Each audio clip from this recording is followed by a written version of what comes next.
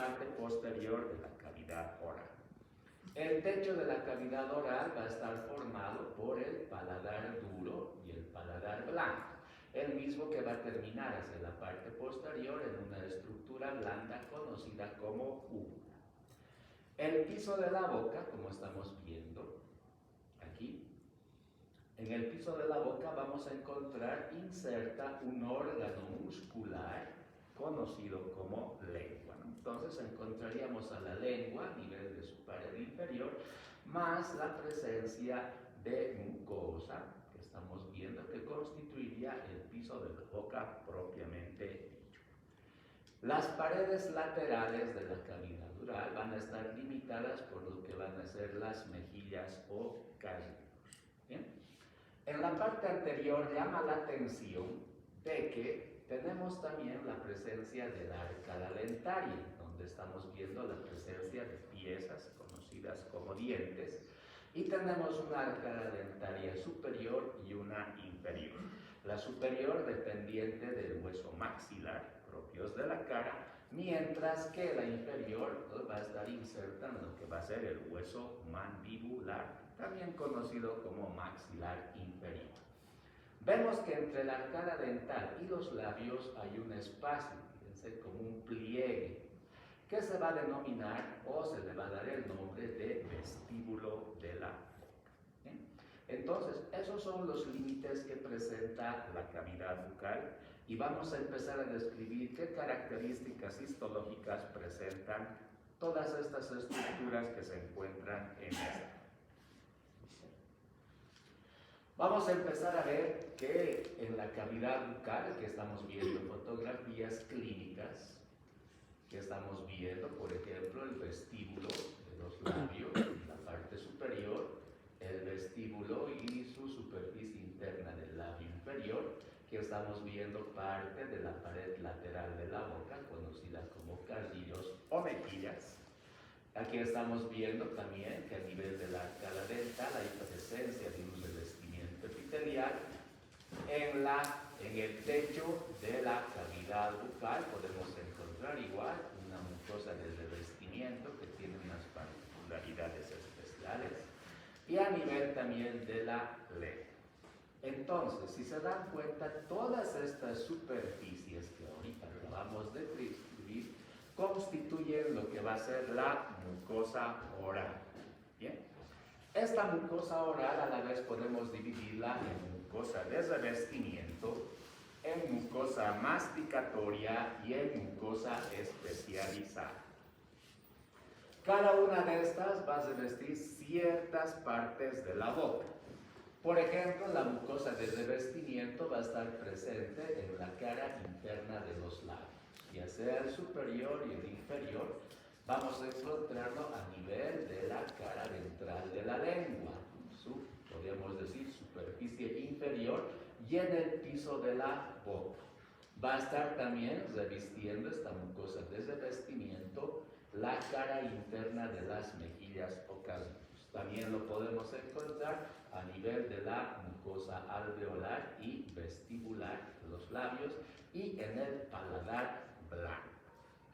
La mucosa masticatoria la vamos a encontrar adherida aquí en una zona conocida como encía adherida y a nivel del paladar duro. Y la mucosa especializada, estamos viendo ahí, que la vamos a encontrar en la cara dorsal de la lengua. Aunque también algunos autores mencionan que se pueden encontrar algunos vestigios a nivel de lo que va a ser también la faringe. Pero el más representativo y donde encontramos gran cantidad de esta mucosa especializada es en la cara dorsal de la lengua. ¿Por qué se llama mucosa de revestimiento? ¿Por qué se llama mucosa masticatoria? ¿Y por qué mucosa especializada? De revestimiento porque solamente va a cumplir una función de cubrir estas superficies. Para ello va a presentar, podríamos decir, una mucosa oral un poco delgada, más delicada, mucho más frágil. Mientras que en la mucosa masticatoria tiene que ser un revestimiento que tenga mucha resistencia a la fricción y contacto con los diferentes alimentos que nosotros vamos a consumir. Entonces, de hecho, es un revestimiento mucho más duro, mucho más firme y mucho más resistente. Es por eso que lo encontramos en estas estructuras. Y la mucosa especializada es aquella que va a contener unas estructuras conocidas como botones o corpúsculos gustativos, los que van a permitir poder diferenciar los diferentes sabores, ¿no? Es así que esta mucosa especializada la vamos a encontrar más que todo en el dorso de la lengua. Ahora aquí tenemos, sí, las imágenes histológicas y las características que presentan cada uno de estos tipos de mucosa oral. Vemos en la primera parte una microfotografía con tinción universal de lo que va a ser la mucosa de revestimiento, el cual nos presenta que está formado por un epitelio plano o escamoso también, tiene ese nombre, estratificado y no queratinizado. Por debajo del mismo vamos a encontrar tejido conjuntivo denso y regular, formando ahí con sus fibras de colágeno y algunas áreas que presenta un tejido conectivo laxo. La mucosa masticatoria, que estamos viendo una imagen de la mucosa masticatoria, esta va a presentar un epitelio igual plano o escamoso estratificado, pero a diferencia de este otro, puede ser de tipo paraqueratinizado o puede ser de tipo queratinizado. Entonces, aquí tendríamos un epitelio que tiene muchas similitudes con el epitelio que encontrábamos en la piel, ¿no? Y también por debajo vamos a encontrar igual tejido conjuntivo denso y regular y colágeno. ¿Cuál es la diferencia entre epitelio paraqueratinizado y epitelio queratinizado? Simplemente la diferencia la encontramos en su estrato córneo. Vemos que aquí el estrato córneo está formado por células que ya han perdido sus núcleos y prácticamente están embebidas en pura queratina. Mientras que el epitelio paraqueratinizado aún podemos encontrar en algunas de estas células del estrato córneo presencia de núcleos en las células que la componen, ¿sí? Esa es la diferencia. La otra, que a nivel del estrato granuloso podemos ver en el epitelio queratinizado los típicos gránulos de queratoyalina que le dan ese aspecto mucho más oscuro y granular a esta capa, mientras que en el paraqueratinizado prácticamente el estrato granuloso presenta o no encontraríamos la presencia de estos gránulos de queratoyalina. Entonces, esas serían dos diferencias que nos permiten diferenciar si es un epitelio paraqueratinizado o un epitelio queratinizado. Si se dan cuenta, ambos son mucho más resistentes y duros que el epitelio que encontrábamos en la mucosa de revestimiento, ¿no? De ahí que nuevamente repito, encontramos en aquellos lugares donde puede haber mayor fricción a nivel de lo que es la superficie de la cavidad bucal. Y la mucosa especializada, hemos dicho que es una mucosa con botones gustativos o corpúsculos gustativos, y el típico ejemplo de la presencia de este tipo de mucosa es el dorso de la lengua, ¿no? En unas estructuras conocidas como papilas gustativas. Más adelante vamos a observar que en el espesor del epitelio de algunas de estas papilas gustativas vamos a encontrar estos famosos botones o corpúsculos gustativos. Bien, entonces con todo lo que habíamos visto podemos ya mencionar que las funciones de la cavidad oral podrían ser una, la de protección, de ahí que tiene esa mucosa oral que la va a proteger, tejidos nobles y profundos a fuerzas mecánicas de la masticación, ¿no? Hemos dicho, tiene que ser dura para poder protegernos de la fricción que puede haber con algunos alimentos. A la vez también nos va a proteger de microorganismos que podemos encontrar en la cavidad bucal, que son típicos de esta zona, que a la vez esta función va a ser cooperada y ayudada gracias a la secreción de las glándulas salivales. Va a cumplir una función sensitiva, habíamos dicho que hay ahí corpúsculos gustativos, pero a la vez también tiene terminaciones nerviosas o receptores para tacto, temperatura y dolor. Siendo la más importante de estas funciones sensitivas el gusto, que vamos a encontrarlo a nivel de la lengua. Se dice que probablemente esta mucosa oral es la que responde a la sensación de saciedad y agua y a la sed. Va a cumplir también una función de secreción. Vamos a ver que en el espesor de las paredes que encontramos y forman en la cavidad bucal, vamos a encontrar pequeñas cantidades de glándulas salivales menores, ¿no? Que igual secretan precisamente esa sustancia conocida como saliva, que va a ayudar ya sea al proceso de digestión o de protección de lo que va a ser la mucosa oral. A la vez podemos encontrar escasa secreción sebácea, por eso es en mucha menor cantidad, por la presencia de algunas glándulas sebáceas que, a diferencia de la que encontramos en la piel, van a cumplir una función muy diferente que más adelante la vamos a observar. Siguiente.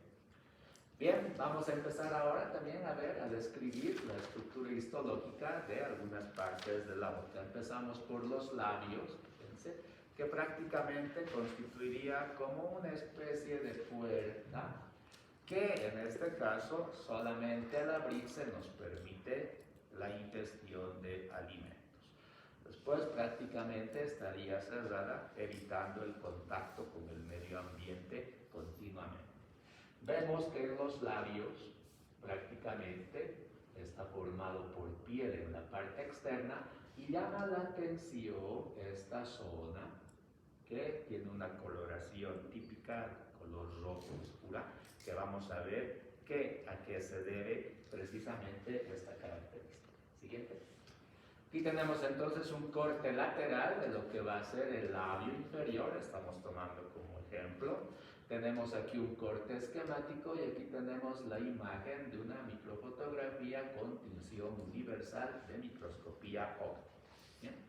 Podemos distinguir entonces en el labio una parte central, que estamos viendo aquí, constituida por músculo estriado esquelético, que constituye en este caso el músculo orbicular de los labios. Esta parte central muscular va a estar rodeada por tejido conectivo laxo con presencia de algunas fibras de colágeno, vasos sanguíneos, y también podemos encontrar algunas otras estructuras que van a depender mucho si se encuentran en la superficie externa o en la superficie interna de los labios. Vamos a empezar por la superficie externa, que en la diapositiva anterior habíamos dicho que está constituida por piel, y si vemos microscópicamente confirmamos este dato. Vemos que la superficie externa presenta un epitelio plano estratificado queratinizado con presencia de folículos pilosos, ahí estamos viendo, los mismos que tienen glándulas sebáceas, y también podemos encontrar una que otra glándula sudorípara. Entonces prácticamente estamos viendo una estructura típica de piel. Es por eso que a esta superficie externa también se la conoce como superficie cutánea. La parte interna de los labios, como estamos viendo ahí, que va a estar formando parte de lo que va a ser el vestíbulo, también va a presentar un epitelio de revestimiento. Este epitelio de revestimiento va a ser de tipo plano, estratificado, no queratinizado. Entonces estamos viendo que la parte interna o la superficie interna o cara interna del labio está presentando entonces una mucosa oral. Si seríamos mucho más específicos, sería una mucosa de revestimiento.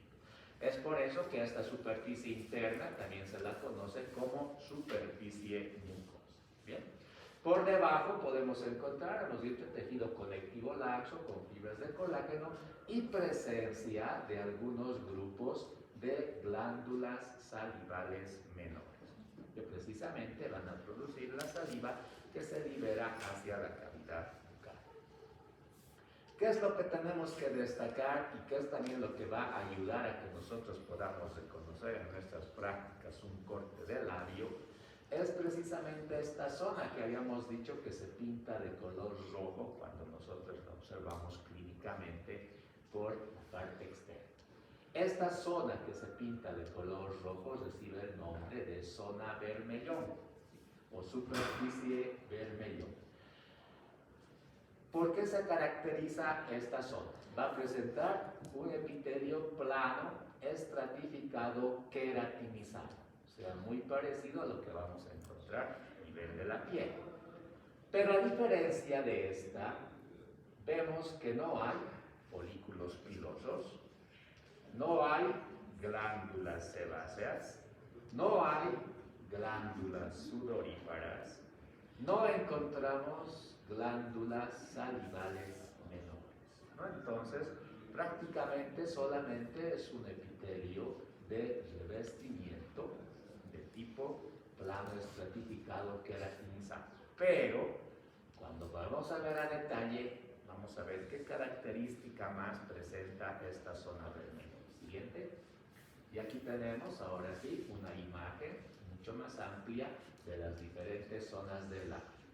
Aquí tenemos un corte de la parte o superficie interna del labio, ¿no? Epitelio plano, estratificado, no queratinizado. Por debajo encontramos el tejido conectivo laxo con fibras de colágeno y aquí vemos algunos acinos seromucosos correspondientes a las glándulas salivales menores. Lo que habíamos visto en piel, fíjense, hacemos aquí un aumento y podemos encontrar epitelio plano, estratificado, queratinizado, folículos pilosos. Aquí estamos viendo un folículo piloso más su glándula sebácea. Tejido conectivo laxo, podemos encontrar algunas glándulas sudoríparas. Y ahora sí, vámonos a la zona vermellón. Todo lo que habíamos dicho en la anterior, epitelio plano, estratificado, igual, queratinizado, mucho más delgado que lo que habíamos visto en la piel. No hay folículos pilosos, no hay glándulas sebáceas, no hay glándulas sudoríparas, no hay glándulas, en este caso, salivales menores. Pero algo que llama la atención en la zona vermellón es precisamente que el aparato reticular de la dermis está bien desarrollado y presenta gran cantidad de vasos sanguíneos capilares. Tiene papilas dérmicas mucho más desarrolladas y agrandadas que prácticamente sus vértices, fíjense, tocan la superficie externa de este epitelio. O sea, está muy cerca a la superficie externa. Si está muy cerca a la superficie externa, también los vasos sanguíneos van a ser mucho más visibles desde la zona externa. Entonces, esa coloración roja que tiene la zona vermellón se debe precisamente a la proximidad y a la gran cantidad de vasos sanguíneos que presenta esta zona. Es así que al no tener ni glándulas salivales, ni glándulas sudoríparas, ni sebáceas, constantemente esta superficie tiene que estar, en este caso, humedecida por la saliva que produce la lengua, ¿no? Entonces, constantemente esa superficie vermellón tiene que ser lubricada por la saliva. Siguiente. Vamos a otra estructura de la pared de la cavidad oral, que sería la pared lateral, también conocida como mejilla o casilla. Esta es muy parecida histológicamente a lo que va a ser el labio. Aquí vamos a sacar un cortecito de que estamos viendo su corte histológico por visión universal. Entonces, al igual que la superficie o las superficies que encontramos en el labio, tiene que haber una superficie interna y una superficie externa. La superficie externa va a estar dada por lo que va a ser la piel y la superficie interna por una mucosa de revestimiento. En la parte media tenemos que encontrar también lo que son los músculos que se encuentran en la pared lateral de la mejilla. Aquí no se llega a ver aquí en el corte, pero aquí tendríamos que encontrar igual una parte central con músculo, ¿no? Más aquí encontraríamos piel. Lo que estamos viendo es un corte de la superficie interna de la mejilla que nos presenta entonces un epitelio plano, estratificado, no queratinizado. Por debajo podemos encontrar un estroma constituido por tejido conectivo laxo, como estamos viendo ahí. Y vemos también gran cantidad de lo que son glándulas salivales menores, ¿no? Hay una característica de esta pared de labios que también se la conoce como, de la mejilla, que también se la conoce como submucosa. Se dice que todas estas estructuras tienen que estar firmemente adheridas al músculo que se encuentra en la mejilla. ¿Esto por qué? Para evitar que al momento de realizar los diferentes movimientos que realiza la boca, se formen pliegues. Si se llegaran a formar pliegues constantemente, nos estaríamos masticando nuestras piezas ventrales, estos pliegues de la mejilla. Es así que esta superficie tiene que estar firmemente adherida a los músculos que conforman la parte central de la mejilla o carrillo. Bien, siguiente. También podemos encontrar en la cavidad oral algo que llama la atención, unas estructuras conocidas como gránulos de Fordyce. Estos gránulos de Fordyce generalmente se encuentran aquí en los labios o en el borde, que prácticamente estaría formando el límite entre la zona vermellón y la zona cutánea. Aquí vemos una imagen mucho más aumentada con estereomicroscopía que nos permite ver que son más o menos como unas sobreelevaciones minúsculas que se encuentran en la superficie de los labios, ¿no? Estos son los famosos gránulos de Fordyce. También lo podemos encontrar en la superficie interna, ya sea de los carrillos o de los labios, ¿no? Lo que va a ser la mucosa desde el vestimiento de la cavidad. Entonces ahí estamos viendo la presencia de estos gránulos. Igual, son nada más que sobreelevaciones microscópicas, ¿sí? Generalmente estos gránulos de Fordyce en algunas personas están presentes en mayor cantidad y muchas veces son confundidas con algunas patologías, ¿no?, que se puedan presentar a nivel de la cavidad oral, pero no es patológico. ¿Qué son estos gránulos de Fordyce si lo vemos histológicamente? Siguiente. Aquí está. No son nada más que presencia de glándulas sebáceas, estamos viendo ahí, que no cumplen una función a nivel de la cavidad bucal. ¿Esto por qué? Porque no tienen un folículo piloso al cual estén adheridos, no tienen un conducto de secreción por el cual liberen este producto, simplemente es la presencia de esta estructura, miren, una glándula sebácea presente en el espesor de lo que va a ser el revestimiento de la cavidad bucal. Entonces, precisamente esos gránulos de Fordyce no son nada más que estas glándulas sebáceas que en algunas personas empiezan a tomar aumento de tamaño o hiperplasia y que se las pueden distinguir como habíamos visto en las anteriores. ¿Sí? Entonces, solamente son glándulas sebáceas no funcionales. Bien, otra estructura que podemos observar a nivel de lo que va a ser la cavidad oral van a ser los dientes, ¿no? Los dientes que van a cumplir una función muy importante en lo que va a ser el proceso de masticación de los alimentos, pero que también a la vez cumple una función estética, que lo estamos viendo en las imágenes. Siguiente. Tenemos entonces a los dientes primarios, también conocidos como dientes de leche, y a los dientes permanentes, también conocidos como dientes sucedáneos.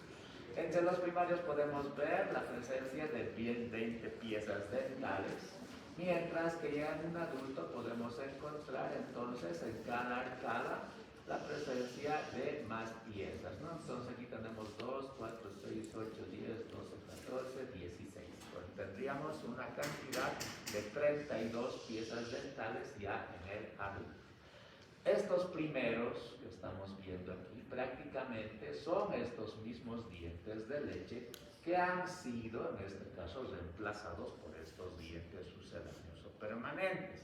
Mientras que estos otros aquí, los molares que se encuentran en la parte más profunda de lo que van a ser las arcadas dentarias, no presentan dientes primarios. Entonces, prácticamente están presentes desde su formación y no son reemplazados en ningún momento.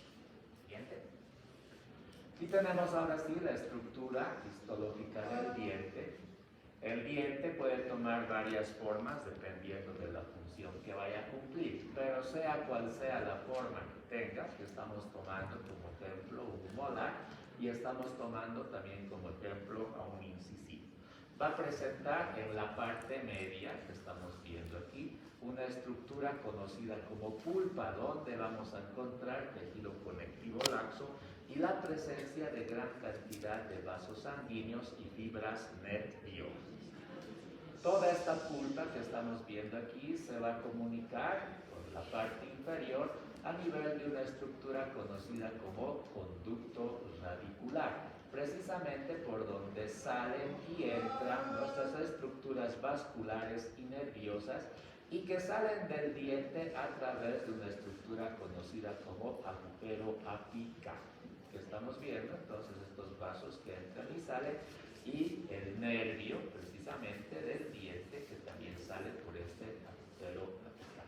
Bien, toda la pulpa y el conducto radicular en los dientes va a estar cubierto, ahí vemos, por una capa mineralizada conocida como dentina. Aquí estamos viendo la dentina que cubre en su integridad a todo lo que va a ser la pulpa y el conducto radicular.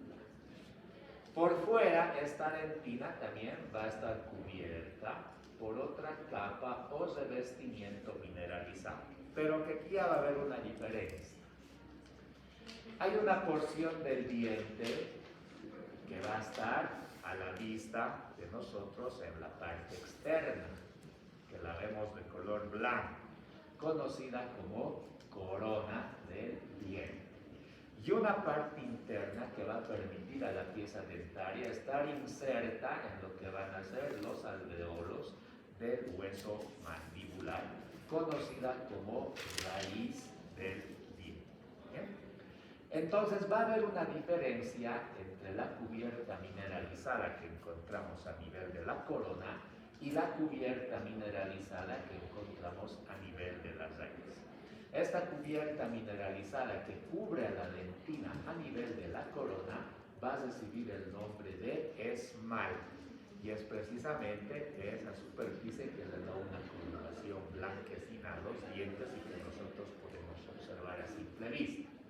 Mientras que la estructura mineralizada que cubre a la raíz, a la dentina a nivel de la raíz, va a recibir el nombre de cemento. Entonces ahí estamos viendo lo que es el cemento. Ambos dientes o piezas dentarias, como habíamos dicho, están en este caso apoyados o insertados en una estructura alveolar que está presente en el hueso mandibular. A la vez están cubiertas también por tejidos blandos que van a constituir lo que va a ser la encía de los dientes, los mismos también que van a presentar características histológicas particulares. La forma de los dientes puede ser de diferentes. Tenemos a los incisivos, tenemos a los caninos, tenemos a los premolares y tenemos a los molares. Siguiente. Cada uno de estos tiene esas formas para cumplir una función específica. Por ejemplo, los incisivos nos sirven para poder cortar los alimentos, cumple una función más o menos como de una tijera, mientras que los caninos nos permiten desgasar los alimentos, ¿no? Para poder convertirlos en estructuras mucho más pequeñas. El premolar nos permite triturar los alimentos y prácticamente los molares nos permiten pulverizar los mismos, ¿no? Entonces tratamos de convertir con las piezas dentarias todos los alimentos en estructuras lo más mínimamente pequeñas para que puedan ser absorbidas de mejor forma. Siguiente. Entre los componentes mineralizados que encontramos en el diente, vamos a presentar este cuadrito que nos resume las características de estos que habíamos visto en las anteriores imágenes. Tenemos al esmalte, a la dentina y al cemento. Esos son los tres componentes mineralizados presentes en un diente.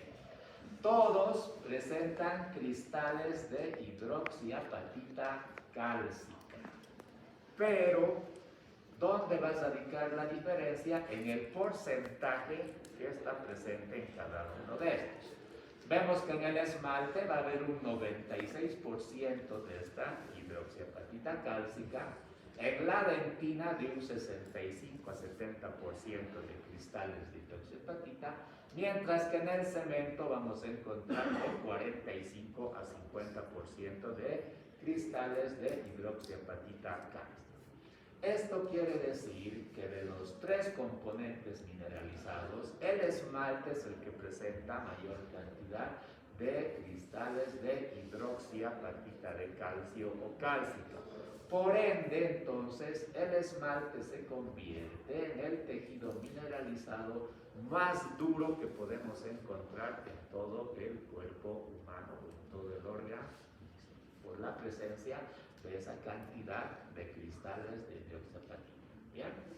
Luego, este esmalte se dice que es una capa delgada, la más dura, y pese a que nosotros externamente podríamos verla como una coloración blanca, el esmalte es translúcido, este tejido mineralizado es translúcido. Pero ¿por qué entonces lo vemos de color blanco? Vemos de color blanco porque a través de esa pared estamos viendo el color verdaderamente que tiene la dentina. ¿Bien?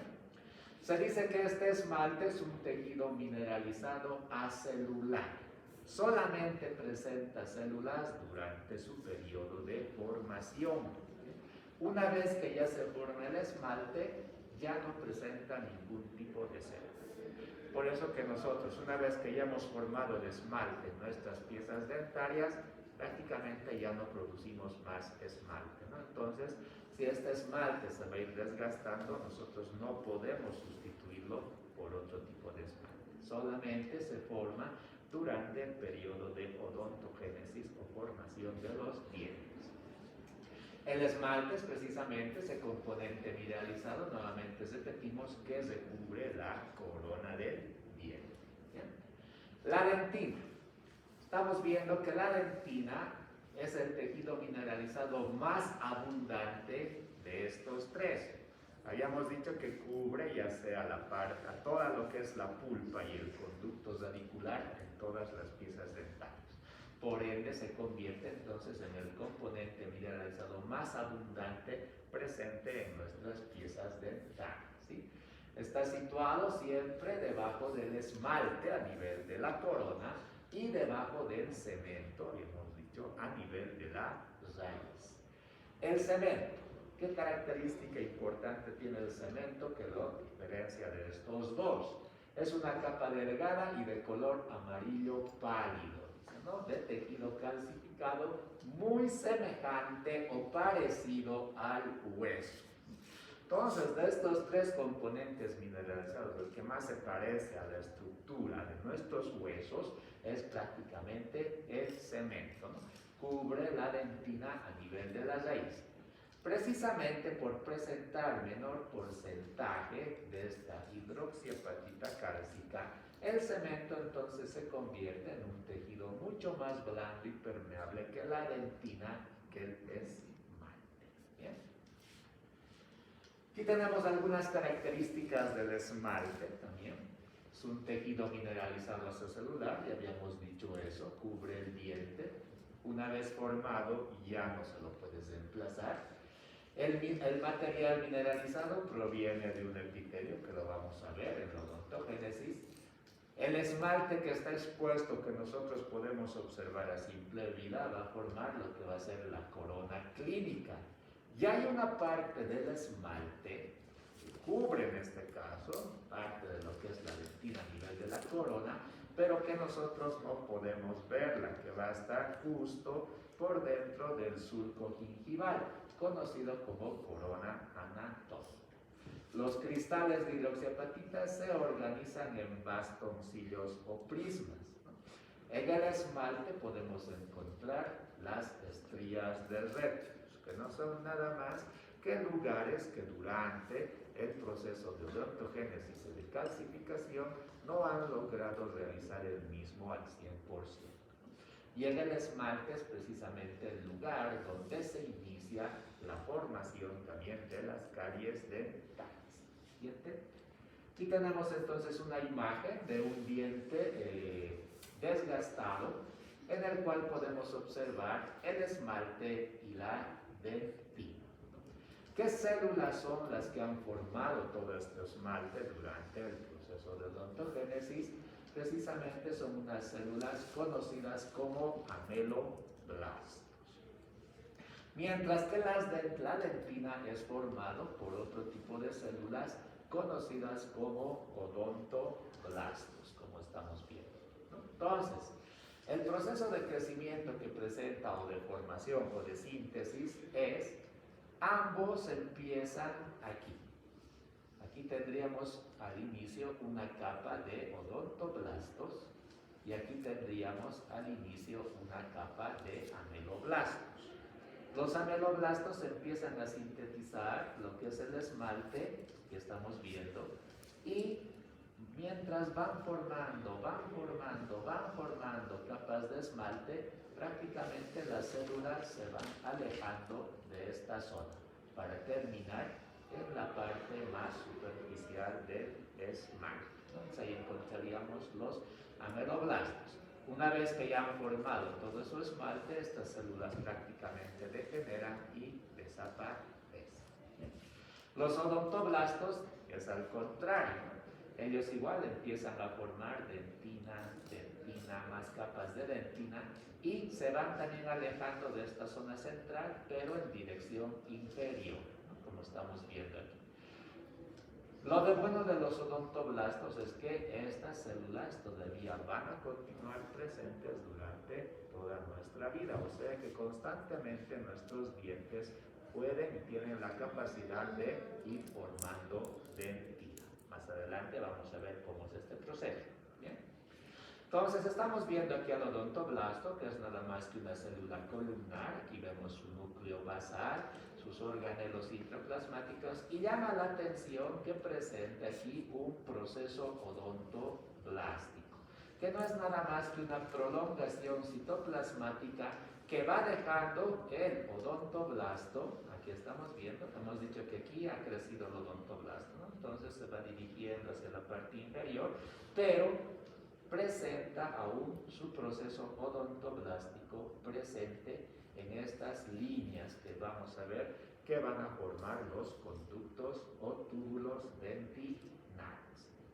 Los ameloblastos igual pueden dejar vestigios precisamente de lo que igual eran como unos remanentes de su citoplasma, conocidos como procesos de Thoms. Estamos viendo. Siguiente. Aquí estamos con una imagen de microscopía electrónica de vacío que nos permite observar los prismas que conforman el esmalte. Aquí estamos viendo los prismas del esmalte, muy particulares en su forma, porque tienen una cabeza y una cola que están entrelazadas unas con otras. Se dice que el diámetro que presenta la cola y la cabeza, ¿no? Es un diámetro transversal, estaría midiendo entre 8 micras. Mientras que la longitud que va a presentar estos cristales, entonces pueden llegar a medir hasta 2000 micras. ¿Bien? Estos mismos prismas del esmalte, pero ahora observados por una técnica de microscopía, en este caso de efecto de túnel, que nos permite ver un corte transversal y un corte longitudinal de estos prismas, ¿no? Y podemos notar ahí sus cabezas y sus colas, cabeza, cola, que están entrelazadas unas con otras. En el corte longitudinal vemos aquí igual del corte longitudinal de lo que va a ser la cabeza de estos cristales que alternan con las colas de cristales vecinos. Siguiente. La dentina. Habíamos visto el material mineralizado que rodea toda la pulpa y el conducto radicular. Aquí tenemos una imagen esquemática y aquí tenemos una fotografía de un diente desgastado. En la dentina podemos notar estas líneas transversales que van desde la parte más profunda hasta la parte más superficial.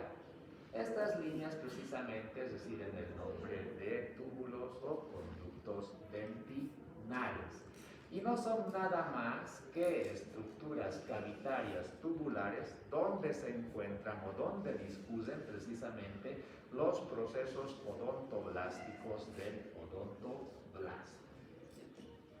Aquí estamos viendo un corte transversal precisamente de esos túbulos dentinales, ¿no? Son como tubitos que están en el espesor de la dentina por donde van a discurrir y atravesar los procesos odontoblásticos. Entonces aquí tendríamos una capa de odontoblastos en la parte más interna de lo que va a ser la dentina, en relación prácticamente con la pulpa del diente. Los túbulos dentinales entonces se extienden desde esta parte interna hasta el límite que hay entre el esmalte y la dentina. Entonces, por estos túbulos dentinales discurren los famosos procesos odontoblásticos. ¿Cuál es la función y la importancia de estos túbulos dentinales y estos procesos odontoblásticos que presentan los odontoblastos? Va a ser precisamente una función de sensibilidad. Aquí estamos viendo una imagen de un diente con caries dental. Vemos aquí lo que se conoce como esmalte. Entonces estamos viendo que el esmalte, hemos dicho, es el lugar donde se inicia la caries dental. Esta, dependiendo si es leve o ya más moderada o severa, puede empezar a excavar hasta planos mucho más profundos de la parte mineralizada del diente. Incluso puede llegar hasta la pulpa y producir ya infecciones. Bien. Como estamos viendo, si la caries dental solamente afecta lo que va a ser el esmalte, prácticamente no sentiríamos nosotros dolor, simplemente veríamos una mancha oscura presente en lo que va a ser la corona del diente. Pero si esta caries dental sigue avanzando y alcanza ahora lo que va a ser la dentina, ahora sí ahí es donde vamos a percibir dolor al cambio de temperatura, al cambio de sustancias químicas como dulces o ácidos, y produce una sensación o estímulo nervioso que se va a convertir en un estímulo de dolor que va a ser transmitido hacia los nervios presentes en la pulpa y que van a ser llevados mediante el medio dental hacia el cerebro. ¿Esto por qué se da? ¿Por qué no en el esmalte y por qué sí en la dentina? Porque en la dentina encontramos precisamente estos túbulos dentinales con parte del citoplasma de estos odontoblastos, conocidos como procesos odontoblásticos. Alrededor de estos procesos hay líquido extracelular. Al haber líquido extracelular, entonces va a estar en este caso siempre presto al cambio, en este caso de potenciales de acción o de iones de ese líquido extracelular, que lo va a percibir como un estímulo nervioso del proceso odontoblástico, lo va a transmitir a través del cuerpo celular para llevarlo hacia lo que van a ser las fibras nerviosas, ¿no? Entonces, de ahí la importancia de estos túbulos dentinales y los procesos odontoblastos. Ahora, habíamos dicho que los odontoblastos continúan todavía con la función de formación de dentina. En este caso, cuando hay algún daño a nivel de lo que va a ser la dentina, estos odontoblastos se estimulan y empiezan a producir más dentina. Si se han dado cuenta, en este lugar donde se ve el daño por la caries dental, estos odontoblastos que se encontraban en esta superficie empiezan a formar dentina. ¿Para qué? Para poder reemplazar esa parte de dentina que se haya perdido por la caries dental. Entonces, mientras más van reemplazando o formando dentina, se van adentrando hacia el interior de la pulpa y prácticamente van reduciendo y disminuyendo el tamaño y el volumen de la pulpa. Es por eso que en los adultos mayores la pulpa de sus piezas dentales es mucho más pequeña que la pulpa de las piezas dentales de un adulto joven o un niño. Precisamente por ese tormento proceso de regeneración de la dentina. Un momento.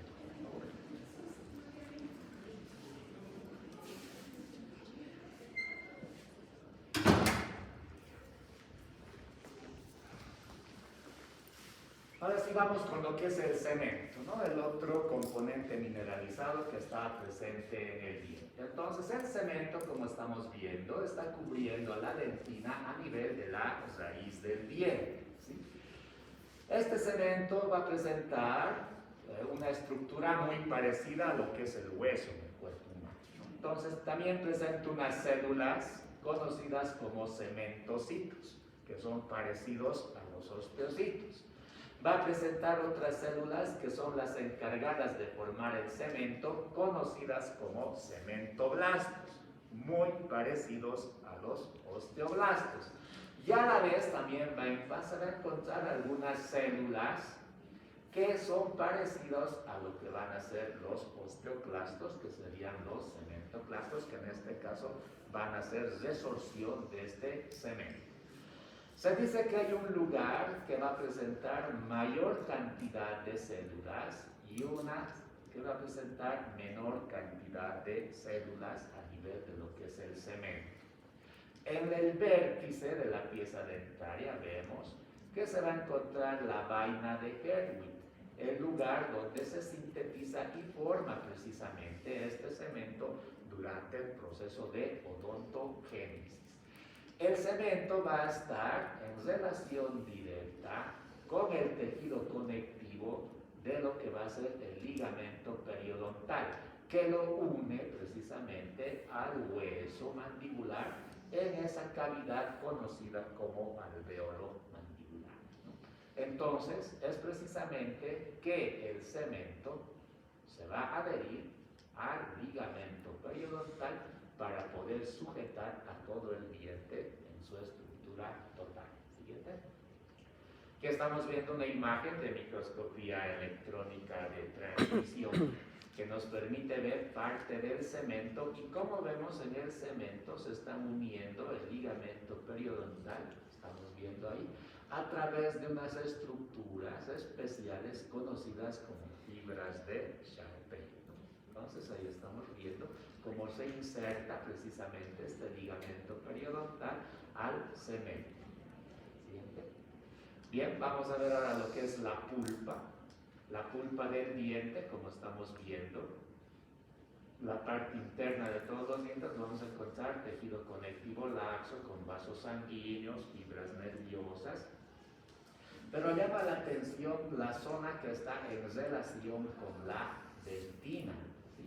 Vamos a encontrar en la pulpa una zona muy rica en células, que estamos viendo ahí, los núcleos de células, que van a llamarse o denominarse zona odontoblástica. ¿Esto por qué? Porque aquí se encuentran los odontoblastos, que son los encargados de sintetizar esta dentina. Si nos damos cuenta, la dentina presenta una dentina aquí oscura y una dentina aquí de una coloración mucho más clara. Algunos autores mencionan esta zona clara como una predentina. ¿Cuál es la diferencia de la predentina y la dentina? No es nada más que la matriz que está formando los odontoblastos, pero que todavía no se ha calcificado. Mientras que la dentina, ya la matriz que ha presentado o formado el odontoblasto, ya se ha calcificado. ¿Bien? Por debajo de esta zona odontoblástica presente en la pulpa vamos a encontrar una zona de color blanco, fíjense, que parece no tener células, de ahí que se la conoce como zona acelular o zona sin células. Y por debajo nuevamente encontramos otra zona donde empiezan a aparecer núcleos de células y se la conocen como zona rica en células. Entonces aquí vamos a encontrar lo que van a ser las células de fibroblastos, ¿no? También de otras estructuras. Siguiente. La odontogénesis. La odontogénesis no es nada más que la formación del diente, ¿sí? Entonces tenemos aquí que el diente, para poder formarse, tiene que pasar diferentes fases o etapas.